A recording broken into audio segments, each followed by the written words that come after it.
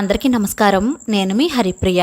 Welcome to my channel. ఇవాల్టి వీడియోలో మనం ఎంతగానో ఎదురు చూస్తున్న ఆషాఢగుప్త వారాహి నవరాత్రులు ప్రారంభమవుతున్నాయి కదండి. ఆ 9 రోజులు కూడా అమ్మవారిని ఎలా పూజించాలి, వారాహిదేవి పూజకు అమ్మవారి చిత్రపటం కానీ వారాహిదేవి విగ్రహం కానీ లేకపోతే పూజ ఎలా చేసుకోవాలి, నియమ నిబంధనలు, పూజా విధానం, ఉపవాసం, కుంకుమ పూజ ఎలా చేసుకోవాలి అనే చాలా విషయాలన్నీ కూడా చాలా డీటెయిల్డ్గా ఇవాల్టి వీడియోలో తెలుసుకుందాం.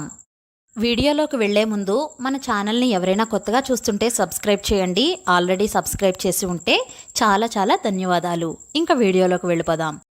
ఈ 2025 సంవత్సరంలో ఆషాఢగుప్త వారాహి నవరాత్రులు 2025 సంవత్సరంలో 26 జూన్ గురువారం నుంచి ప్రారంభమై 3వ తారీఖు జూలై శుక్రవారంతో ముగుస్తున్నాయి. సంవత్సరంలో వచ్చే 4 ముఖ్యమైన నవరాత్రులలో ఆషాఢగుప్త నవరాత్రులు అంటే వారాహి నవరాత్రులు కూడా అతి ముఖ్యమైన నవరాత్రులు. ఈ ఆషాఢ మాసంలో వచ్చే నవరాత్రుల్లో మనం ముఖ్యంగా పూజించాల్సింది వారాహిదేవిని. ఈ వారాహిదేవి లలిత అమ్మవారికి ముఖ్య సైన్యాధ్యక్షురాలిగా ఉంటుంది.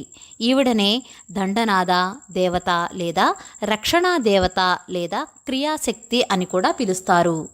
ఈ వారాహిదేవి లలిత అమ్మవారికి ఎప్పుడూ కూడా ఎడమ వైపున ఉంటుంది. ఈ వారాహి నవరాత్రుల్లో కలసం, అఖండ దీపం పెట్టుకోవాలి అనుకుంటే కనుక 6వ తారీఖున పెట్టుకోవాలి. ఇంకా 6వ తారీఖున పొద్దున్నే నిద్రలేచి ఇల్లు వాకళ్ళు శుభ్రపరుచుకుని తలస్నానం చేసి గుమ్మానికి పసుపు కుంకుమలతో అలంకరించి మామిడి తోరణాలు కట్టుకుని ఇంటిని మంగళప్రదంగా ఉంచుకోవాలి.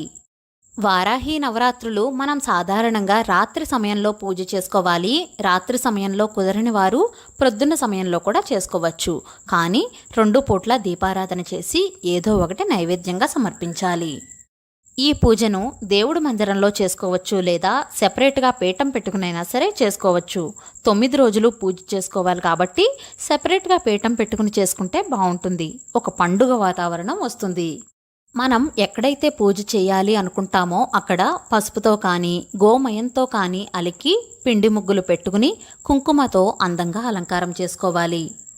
ఒక పీటను వేసి దానిపై ఎరుపు రంగు వస్త్రాన్ని కానీ తెలుపు రంగు వస్త్రాన్ని కానీ ఆకుపచ్చ కొత్త వస్త్రాన్ని పరిచి అమ్మవారి ఫోటోను పెట్టుకోవాలి.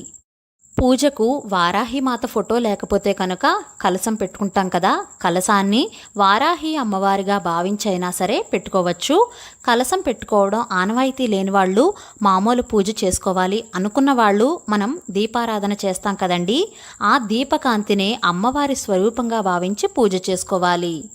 మనం పూజ మొదలుపెట్టే ముందు దీపారాధన చేస్తాం కదండి, అప్పుడు దీపం జ్యోతి పరబ్రహ్మ దీపజ్యోతి నమోస్తుతే అని తలుచుకుంటూ వెలిగించి దీపానికి నమస్కారం చేసుకుంటాం కదా. అంటే భగవంతుడే జ్యోతి స్వరూపం కాబట్టి ఆయనకు నమస్కారం చేసుకోవాలి ముందు. ఇక్కడ భక్తి ప్రధానం అండి. విగ్రహాలు ఫోటోలు ఖచ్చితంగా ఉండాలనే నియమం అయితే ఏమీ లేదు. కనుక మన ఇంట్లో వెలిగించే దీపాన్నే వారాహి మాతగా భావించి పూజ మొదలు పెట్టుకోవచ్చు. దేవుడి ఫోటో ఎందుకు పెట్టుకుంటామంటే మనం పూజ చేసే దేవునికి ఒక రూపం ఉండాలి. ఆ రూపం మన మనసులో ముద్రించుకుని ధ్యానించి ఆరాధిస్తాం కాబట్టి ఒక ఫోటో పెట్టుకుని పూజ చేసుకుంటాం. ఒకవేళ వారాహిదేవి చిత్రపటం లేకపోతే కనుక లలితాదేవి చిత్రపటం కానీ లేదా లక్ష్మీదేవి ఫోటో అయినా సరే పెట్టుకుని పూజ చేసుకోవచ్చు. తప్పేమీ లేదు. నా దగ్గరైతే వారాహి అమ్మవారి ఫోటో లేదండి, అందుకని లలితాదేవి ఫోటో పెట్టుకున్నాను. అలాగే పసుపు గణపతిని కానీ గణపతి విగ్రహాన్ని కానీ పూజలో పెట్టుకోవాలి.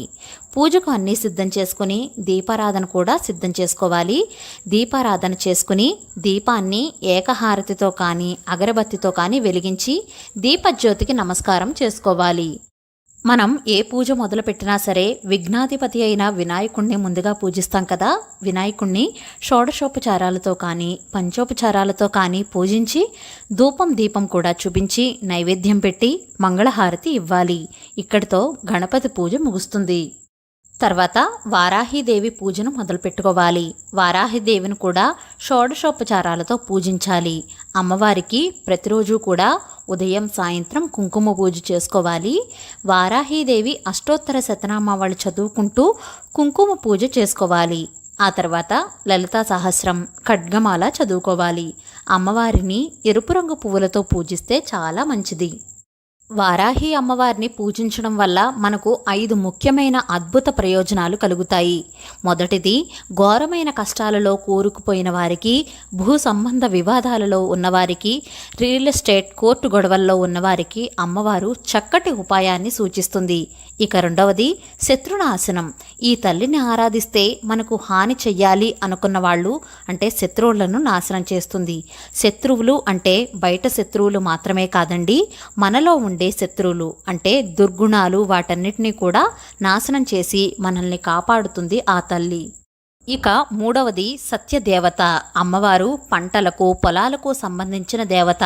అమ్మవారికి ఒక చేతిలో నాగలి, మరొక చేతిలో రోకలి ఉంటుంది.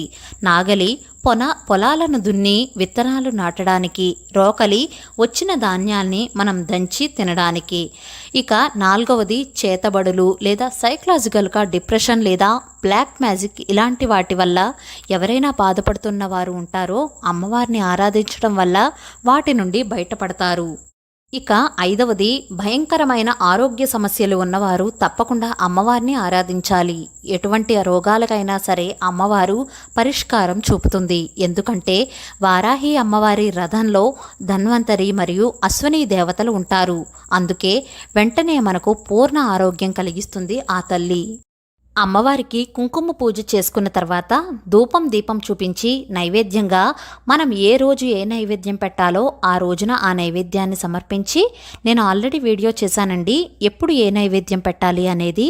ఆ వీడియో లింక్ డిస్క్రిప్షన్లో ఉంటుంది, ఒకసారి చూడండి. ఆ నైవేద్యంతో పాటుగా మనం అంటే పులిహోర కానీ గారెలు కానీ వీటితో పాటుగా పానకం, దానిమ్మ పండును కూడా కంపల్సరీగా నైవేద్యంగా సమర్పించాలి. ఒకవేళ నైవేద్యాలు ఏమీ చేయలేమో, ప్రతిరోజు అవ్వదు అనుకున్న వాళ్ళు కొద్దిగా పెసరపప్పు వేసి అన్నం వండి ఆ అన్నంలో చిన్న బెల్లం ముక్క, కొద్దిగా నెయ్యి వేసి ఆ అన్నాన్ని నైవేద్యంగా సమర్పించవచ్చు. ఇంత పూజ చేసుకుని అమ్మవారిని మన ఇంటికి ఆహ్వానించి అమ్మవారు మన ఇంటికి వచ్చినప్పుడు అన్నం పెట్టకుండా పంపకూడదు కదా, అందుకని పెసరపప్పు వేసిన అన్నాన్ని నైవేద్యంగా సమర్పించవచ్చు. అర్థమైంది కదా. నైవేద్యం పెట్టి మంగళహారతి ఇవ్వాలి. ఇక్కడితో పూజ ముగుస్తుంది. అమ్మవారికి తాంబూలం కూడా సమర్పించాలి.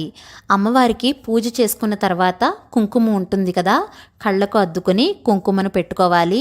అమ్మవారికి పూజ చేసిన పువ్వులను కూడా కళ్ళకు అద్దుకుని తలలో పెట్టుకోవాలి. అమ్మవారికి సాష్టాంగ నమస్కారం చేసుకుని మనస్ఫూర్తిగా దండం పెట్టుకుని పూజలో ఎలాంటి లోపాలు ఉన్నా సరే మన్నించు తల్లి అని వేడుకోవాలి.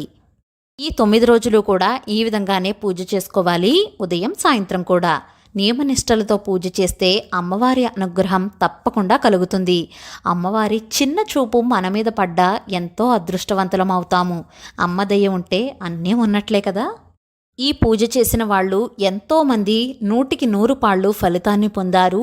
మీరు కూడా భక్తి శ్రద్ధలతో మరియు నమ్మకంతో పూజ చేయండి. ఖచ్చితంగా ఆ అమ్మవారి దయ, అనుగ్రహం కలుగుతాయి. ఇక నియమాల విషయానికి వస్తే, ఒక పూట భోజనం చేయాలి, రెండో పూట ఏదైనా టిఫిన్ తినవచ్చు. మంచం మీద పడుకోకపోతే మంచిది. ఒకవేళ ఆరోగ్యరీత్యా కింద పడుకోలేకపోతే కనుక మంచం మీదే పడుకోవచ్చు. బ్రహ్మచర్యం పాటించాలి ఈ 9 రోజులు కూడా. 10వ రోజు ఉద్వాసన ఎలా చెప్పాలంటే, అమ్మవారికి కలశాన్ని కానీ అమ్మవారి చిత్రపటాన్ని కానీ 3 సార్లు యథాస్థానం ప్రవేశయామి అని చెప్పి కదపాలి.